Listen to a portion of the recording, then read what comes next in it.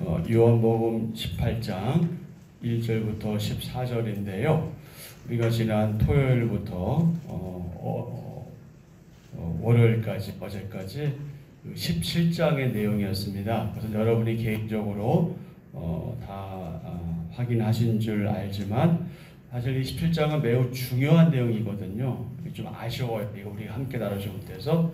요한복음 17장은 이른바 예수님의 대제사장적 기도, 그 기도에 관한 내용이고요.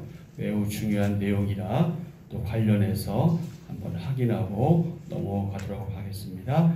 17장 1절부터 8절의 주제는 아버지께 영광 돌리는 예수님의 기도. 예수님은 아버지께서 아들을 영화롭게 하셔서 아들로 하여금 아버지를 영화롭게 하시기를 기도하십니다.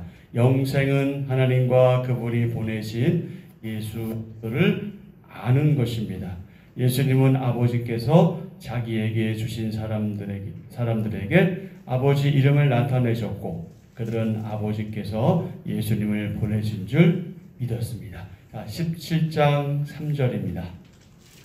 너무나 중요한 말씀이니까 함께 읽겠습니다. 17장 3절. 영생은 곧 유일하신 참 하나님과 그가 보내신 자 예수 그리스도를 아는 것이니라. 아멘. 한 번 더요. 영생은 곧 유일하신 참 하나님과 그가 보내신 자 예수 그리스도를 아는 것이니라. 아멘. 영생은 무엇이다? 아는 것이다. 누구를 아는 것이다? 하나님과 그분이 보내신 예수 그리스도를 아는 것이다.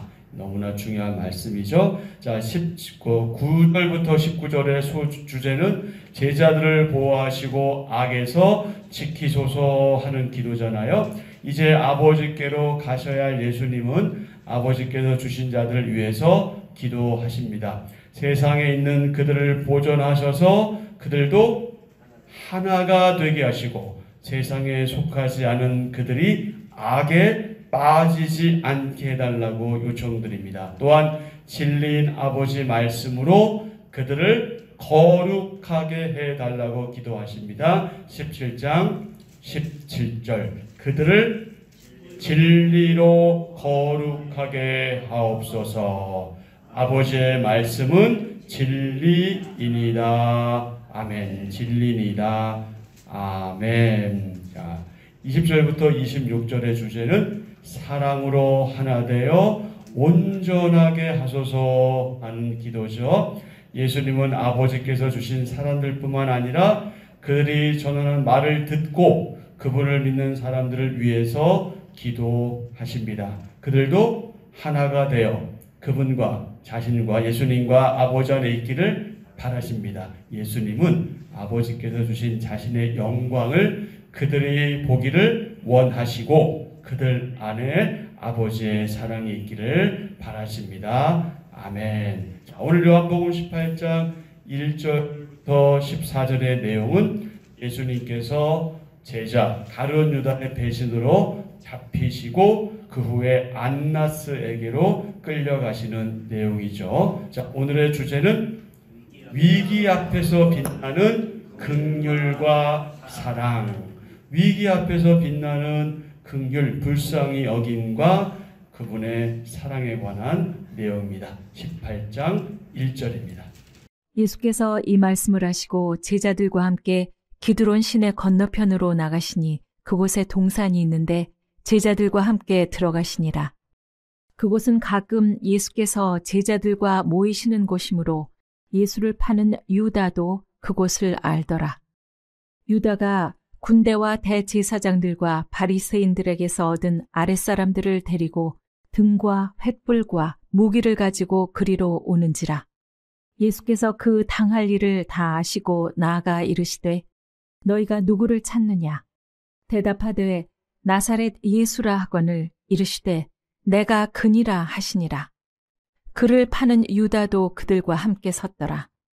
예수께서 그들에게 내가 그니라 하실 때 그들이 물러가서 땅에 엎드러지는지라. 이에 다시 누구를 찾느냐고 물으신데 그들이 말하되 나사렛 예수라 하거늘. 예수께서 대답하시되 너희에게 내가 그니라 하였으니 나를 찾거든 이 사람들이 가는 것은 용납하라 하시니 이는 아버지께서 내게 주신 자 중에서 하나도 잃지 아니하였사옵나이다 하신 말씀을 응하게 하려 함이러라. 이에 시몬 베드로가 칼을 가졌는데 그것을 빼어 대제사장의 종을 쳐서 오른편 귀를 베어버리니 그 종의 이름은 말고라. 예수께서 베드로더러 이르시되 칼을 칼집에 꽂으라. 아버지께서 주신 잔을 내가 마시지 아니하겠느냐 하시니라. 이에 군부와 천부장과 유대인의 아랫사람들이 예수를 잡아 결박하여 먼저 안나스에게로 끌고 가니 안나스는 그 해의 대제사장인 가야바의 장인이라. 가야바는 유대인들에게 한 사람이 백성을 위하여 죽는 것이 유익하다고 권고하던 자러라. 아멘. 자, 1절부터 9절 소주제는 군대를 데려온 가룟유다. 그리고 10절부터 14절은 베드로에게 주신 교훈. 배신자 가룟유다가 예수님을 잡으러 오지요. 사탄에게 사로잡힌 그는 돈을 받고 무장한 로마 군인과 아랫사람을 인도해서 기드론 시내 건너편 겟세마네 동산으로 찾아옵니다. 그곳은 예수님이 제자들과 가끔 오셨던 장소이기에 가룟유다도 알고 있었습니다. 자, 1절 예수께서 이 말씀을 하시고 제자들과 함께 기드론 시내 건너편으로 나가시니 그곳에 동산이 있는데 제자들과 함께 들어가시니라. 그곳은 가끔 예수께서 제자들과 모이시는 곳이므로 예수를 파는 유다도 그곳을 알더라. 유다가 군대와 대제사장들과 바리새인들에게서 얻은 아랫사람들을 데리고 등과 횃불과 무기를 가지고 그리로 오는지라. 닥쳐올 일을 다 알고 계시는 예수님은 어떠하셨어요? 요동하지 않으십니다. 흔들리지 않으십니다. 나사렛 예수를 찾는다 하는 그들의 말에 뭐라고 말씀하셔요? 내가 그니라. 내가 그니라. 나는 나다. 먼저 이런 말씀이거든요. 당당하게 자신의 정체성을 밝히십니다. 4절 예수께서 그 당할 일을 다 아시고 나아가 이르시되 너희가 누구를 찾느냐 대답하되 나사렛 예수라 하거늘 이르시되 내가 그니라 하시니라. 그를 파는 유다도 그들과 함께 섰더라. 예수께서 그들에게 내가 그니라 하실 때에 그들이 물러가서 땅에 엎드려지느니라. 이에 다시 누구를 찾느냐 물으신데 그들이 말하니 나사렛 예수라 하거늘. 당당하게 자신의 신분을 밝히시죠. 너희가 누구를 찾느냐? 나사렛 예수다. 내가 그니라. 내가 그니라. 누구를 찾느냐? 참 멋진 분이십니다. 하나님이 맡겨주신 사람들 가운데 한 명도 잃지 않기 위하시는데 함께 있던 모든 제자를 그분 자신으로부터 분리시키죠. 7절 이에 다시 누구를 찾느냐고 물으신데 그들이 말하되 나사렛 예수라 하거늘. 8절 예수께서 대답하시되 너희에게 내가 그니라 하였으니 나를 찾거든 이 사람들이 가는 것은 용납하라 하시니 이는 아버지께서 내게 주신 자 중에서 하나도 잃지 아니하셨사옵나이다 하신 말씀을 응하게 하려 함이로라. 아멘. 그냥 나만 잡아가라. 말하는데 이런 얘기죠. 저들은 좀 보내주고 나만 잡아가라. 참 끝까지 참 제자들을 생각하시는 예수님인 것을 알 수가 있어요. 자, 예수님은 다같이 시작. 예수님은 위기에서 자기 사람들을 적극적으로 지키는 진정한 지도자이십니다. 아멘. 예, 그렇습니다. 그분은 그런 분이십니다. 자, 나와 함께하는 이들을 지키기 위해 나는 어떻게 하나요? 지금 이 질문은 조금 애매하긴 하지만 어쨌든 나와 함께하는 사람들과 지내다가 위기를 만났을 때 내가 그 사람들을 어떻게 생각하고 그 위기 속에서 그들을 어떻게 잘 안내하는지 하는 부분에서 한번 묵상할 수는 있을 것 같습니다. 자, 10절에서 14절 베드로에게 준 교훈이라고 되어 있는데 주님을 위해서 뭐라고 얘기했어요? 제자들이 다 목숨 버리겠다고 했고 베드로는 뭐라고 얘기합니까? 다른 사람이 부인할지라도 저만큼은 아닙니다. 이랬던 사람이잖아요. 그런데 그런 베드로가 오늘 본문에 보니까 무력으로 어떻게 하려고 그래요? 네, 무력으로 싸우려고 그러죠. 말하자면 무력으로 주님을 위해서 싸우려고 합니다. 그러니까 인간적으로 볼 때는 어때요? 참 충성스러운 사람이고 참 멋지다 그렇게 생각할 수 있는데 사실은 현실적으로 가능하지 않은 일이에요. 너무 많아 상대가. 근데 조금만 칼 하나 가지고 싸운다는 것은 있을 수 없는 일인데 우리 여기서 또 어떤 면에서 보면 이 베드로의 성급함, 이거 볼 수 있어요. 이 베드로가 참 재밌는 사람인데 옷 입고 있다가 옷을 벗고 있다가 예수님이시다 하니까 또 옷을 또 입고 또 가요. 그 짧은 시간에. 그러니까 참 어떻게 보면 열심은 이해를 하는데 굉장히 급한 사람인 것을 알 수가 있어요. 여러 면에서 여러분 성경을 잘 보시면 그런 것들을 볼 수가 있는데 지금 여기서도 이제 그런 면모가 나타나고 있잖아요. 그러면서 자기가 가지고 있던 당금을 빼어서 어떤 일을 벌입니까? 제사장 말고라는 사람의 귀를 베어버려요. 아이고 참. 10절.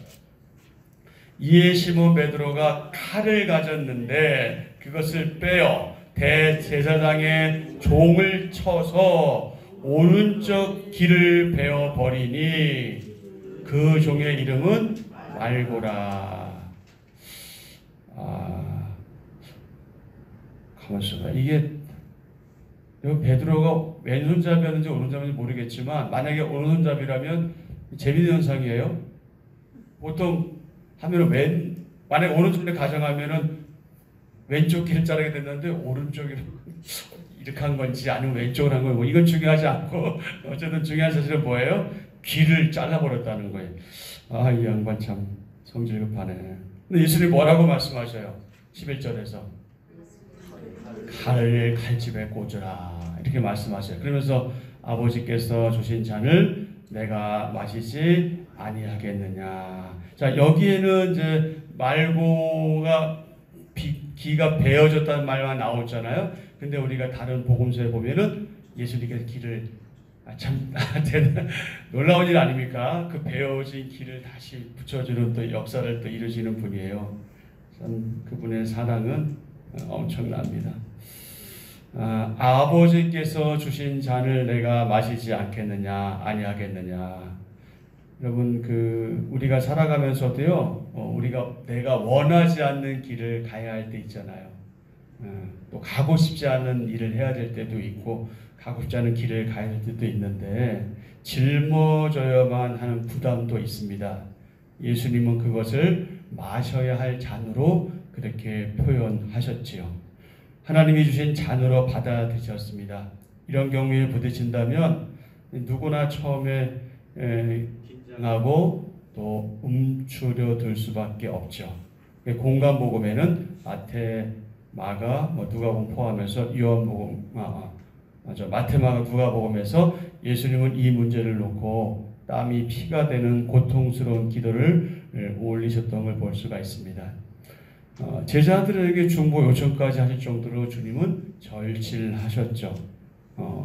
이건 정말 우리 안에 내적 갈등이 없이 주님의 그 내적 갈등, 바로 그것을 통과한 것을 보여줍니다. 하지만 예수님은 자신이 받아야 할 잔이심을 깨닫고 결단한 다음에는 의연하셨죠.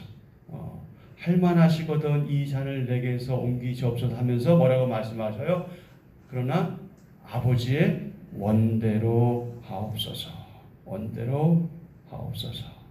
그러면서 여기서는 불필요한 충돌을 막으시고요. 그리고 그 일에 방해되는 모든 일을 이제 말하자면 배제하시죠.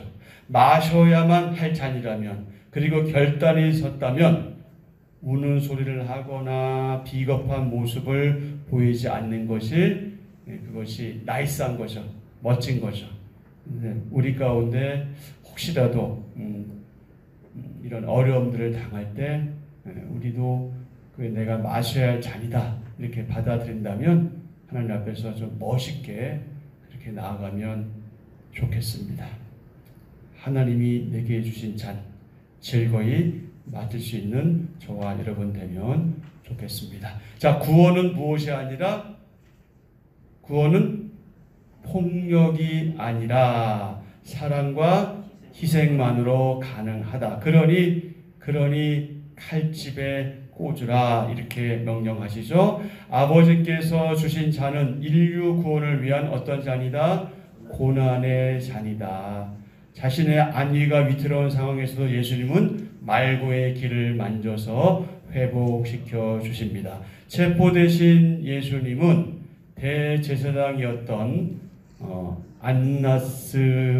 안나스 가야바의 장인이라고 되어 있죠. 안나스에게로 끌려가십니다. 자, 12절. 이에 군대와 천부장과 유대인의 아랫사람들이 예수를 잡아 결박하여 먼저 안나스에게로 끌고 가니, 안나스는 그 해의 대제사장인 가야바의 장인이라. 안나스는 주후 6년경에 시리아 총독에 의해서 대제사장으로 임명된 사람입니다. 그러다가 15년경에 해임되었지만 계속해서 상당한 영향력을 행사했다고 하는데, 대제사장직에서 물러간 이후에도 대제사장으로 언급되었습니다. 그 이유는 대제사장이 평생 직으로 이해되었기 때문입니다. 그리고 그 승계에 있어서 매우 큰 영향력을 행사할 수 있었기 때문입니다. 예수님이 체포되시고 대제사장 가야바에게 넘겨지기 전에 안나스가 먼저 예수님을 신문했습니다. 근데 사실은 그럴 수 없는 일이죠. 대제사장은 오직 한 사람이어야 하는 건데, 여러분 이 보면은 대사장들 이렇게 표현되고 있어요. 사실 이게 잘못된 거거든요. 그러니까 이게 전관예우 같은 것이 말하자면 잘못된 건데, 자 14절에 보면 가야바는 유대인들에게 한 사람이 백성을 위하여 죽는 것이 유익하다고 권고한 자로라 이렇게 되어 있죠. 가야바 대제사장 안나스의 사위로 18년부터 36년까지 대제사장으로 있었습니다. 그 요세푸스라고 하는 유대인 역사가에 의하면요, 가야바는 36년에 수리아의 총독으로부터 쫓겨났다 이렇게 전해지고 있기도 한데, 자 11장을 한번 가보실까요? 11장 49절. 11장 49절에 보면 예수님을 죽이려고 모의하는 그런 이제 내용 가운데 있는 내용인데, 그 중에 한 사람 그해 대제사장인 가야바가 그들에게 말하되 너희가 아무것도 알지 못하는도다. 한 사람이 백성을 위하여 죽어서 온 민족이 망하지 않게 되는 것이 너희에게 유익한 줄을 생각하지 아니하였도다 하였으니 이렇게 얘기했던 사람이에요. 근데 이 말은 스스로 함이 아니요, 그 해의 대제사장이므로 예수께서 그 민족을 위하시고 또 그 민족만 위할 뿐 아니라 흩어진 하나님의 자녀를 모아 하나가 되게 하기 위하여 죽으실 것을 미리 말함이러라 이렇게 말한 사람이 이제 오늘 본문에서 이렇게 말한 거죠. 이날부터는 그들이 예수를 죽이려고 모의하니라. 이 모의가 이제 이루어져서 예수님을 이제 잡아간 거죠. 자, 마지막으로 예수님은 시작. 예수님은 인류 구원을 위한 하나님의 계획을 온전히 따르십니다. 아멘. 그것을 따르지 않으셨다면 오늘 저희에게도 구원이 없었겠죠. 내가 혈기와 폭력이 아닌 온유와 사랑으로 반응할 일은 무엇인가요?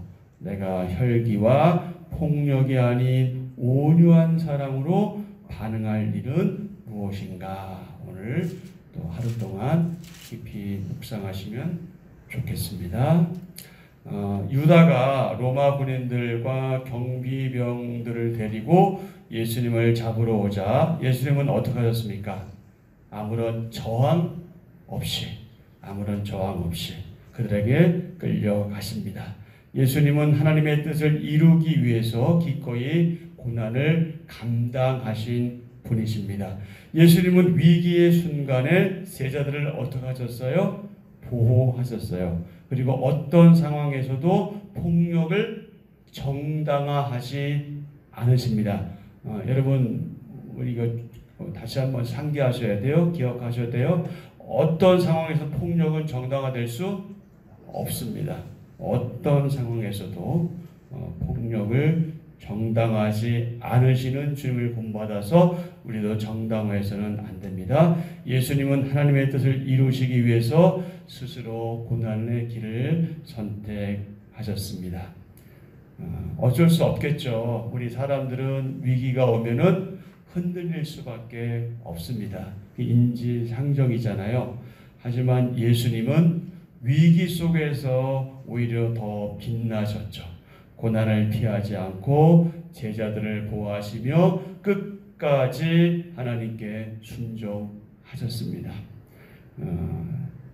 저희는 주님처럼 할 수는 없겠지만 주님을 본받아서 그 길은 가야 하겠지요. 예수님은 하나님의 뜻을 따를 때 만나게 될 고난을 피하지 않으셨고요. 자신을 잡으러 온 사람들에게서 제자들을 보호하십니다. 그리고 그분은 하나님이 주신 고난의 잔을 기꺼이 자발적으로 감당하십니다.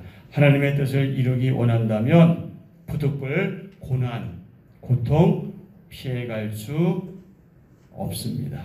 사명 때문에 받는 어려움, 고난은 우리에게 영광이요 승리의 전주곡입니다. 그래서 성도는 더욱더 빛나는데 어느 때 빛나냐? 고난 속에서 빛난다. 고난 속에서 더욱 빛난다. 그러니 여러분, 우리 가운데 주님을 믿는다는 것 때문에 혹 우리가 고난을 받고 고통 속에 놓인다면 그것은 하나님께서 우리를 빛나게 하시기 위함이다 하는 사실을 기억하고 기꺼이 저와 여러분도 고난의 잔을 마시는 그런 복된 하나님의 사람들 되었으면 참 좋겠고 또 그러기를 기대하고 축복합니다. 아멘. 네, 한 절 묵상입니다. 위기 때에 자신보다 다른 사람을 위하는 것은 놀라운 사랑입니다. 예수님은 잡히시는 순간에도 자신보다 제자들의 안위를 먼저 생각하십니다. 자신으로 인해 제자들이 어떤 피해나 고통도 당하지 않고 안전하길 바라십니다. 자기 사람들을 사랑하시되 끝까지 사랑하시는 예수님은 자기 생명까지 내어주시면서 자신에게 속한 사람들을 지켜내십니다. 예수님은 하나님이 맡기신 어느 누구도 잃어버리지 않으십니다. 그 사랑이 오늘도 우리를 지킵니다. 아멘. 아멘. 자, 오늘의 기도 함께합니다. 하나님, 제게 맡겨주신 사람들을 제 안위보다 먼저 돌아보는 마음을 주소서. 눈에 보이는 상황을 사람의 방법으로 묘면하려 하지 않고 하나님의 뜻을 구하게 하소서. 앞에 닥칠 어려움을 알면서도 아버지의 뜻이라면 고난의 잔마저 기꺼이 마시는 순종의 사람이 되게 하소서. 예수님의 이름으로 기도합니다. 아멘. 자, 오늘의 이 말씀 기도는 사실 쉬운 내용은 아니죠. 우리가 이 길을 과연 갈 수 있을까? 우리가 또 좀 머뭇거릴 수도 있겠지만, 그러나 우리는 이 길을 가야 되는 사람입니다. 오늘 말씀 생각하시면서 기도하시고요. 오늘부터 이제 우리 아이들 개학이죠. 우리 아이들 개학입니다. 우리 아이들도 학교 가서 열심히 공부할 때 하나님께서 지혜 주시고 또 총명 주시고, 비록 이 세상의 학문이지만 또 다 또 주님을 위해서 필요한 부분들이 있으니 우리 아이들이 다 최선을 다해서 공부할 수 있도록 지혜와 총명을 구하시고요, 건강도 구하시고, 우리 아이들을 그 세속 문화에서 지켜주시길 위해서 기도하시고, 또 우리 환우들을 위해서 계속해서 기도해 주시고요, 나라와 민족을 위해서 기도하시고, 여러분 각자 자신의 소원을 간구를 아뢰시고 이렇게 오늘 하루 일정 시작하시면 좋겠습니다.